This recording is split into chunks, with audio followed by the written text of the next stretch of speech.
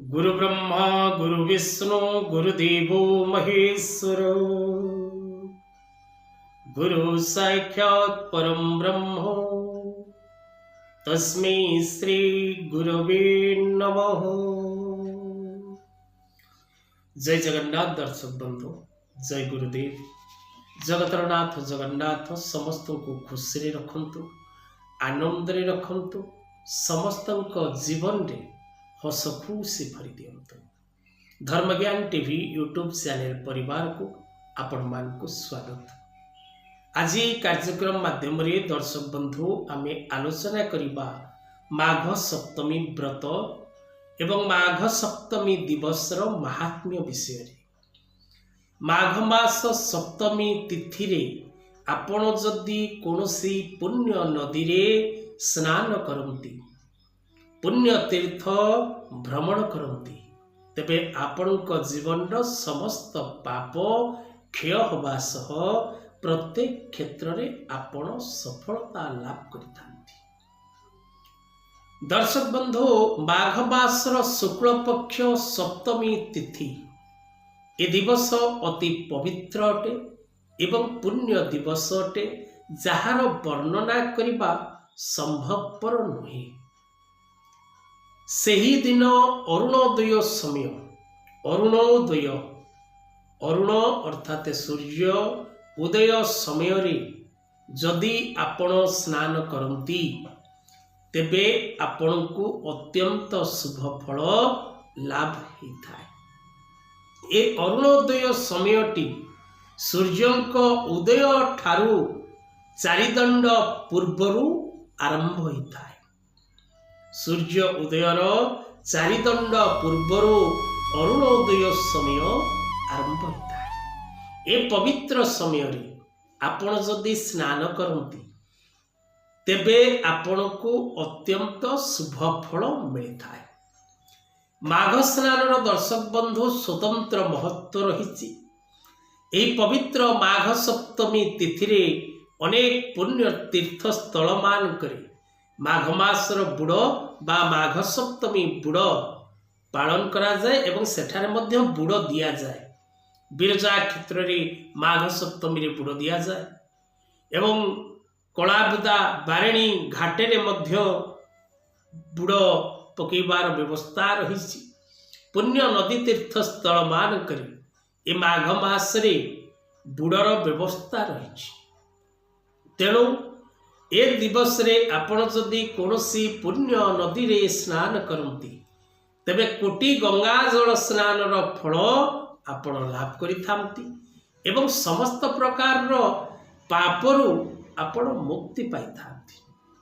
तीर्थ परिदर्शन करिबा द्वारा, तीर्थस्थल रे स्नान करिबा द्वारा मनुष्यर पातक नष्ट होता है।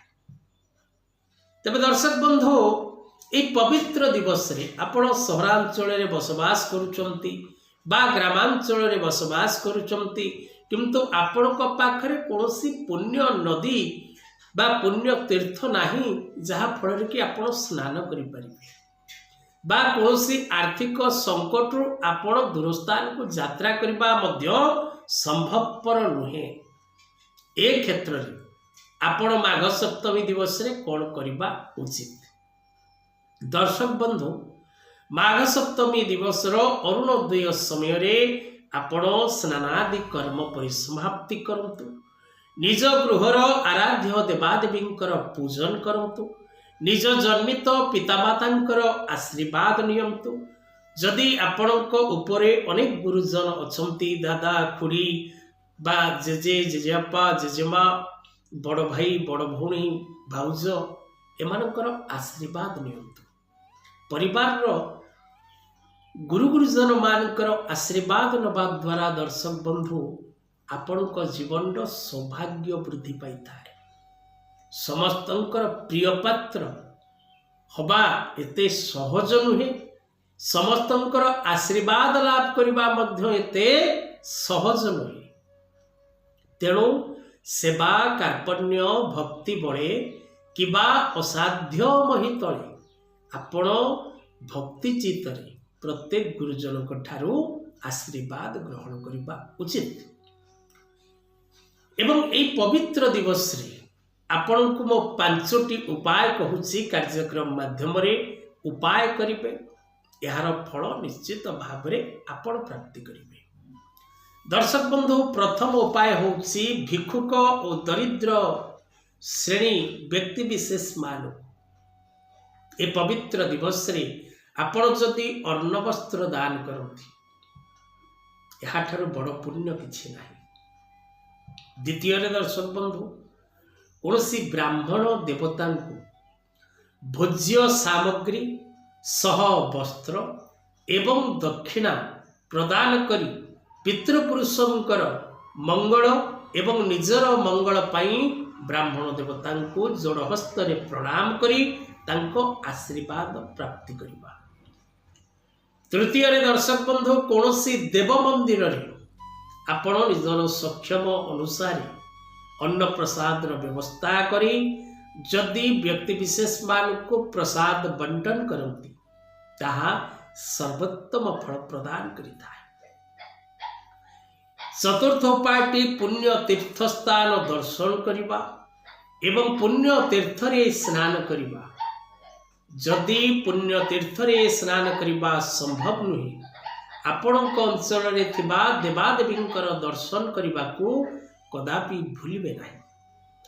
शेष उपायटी दर्शक बंधु काऊ कुकुर एवं प्रत्येक पशुपक्षी मान खाद्यदान करने को कदापि भूलिबे नहीं। आज कथा वस्तु को ये रखिबा। जय जगन्नाथ।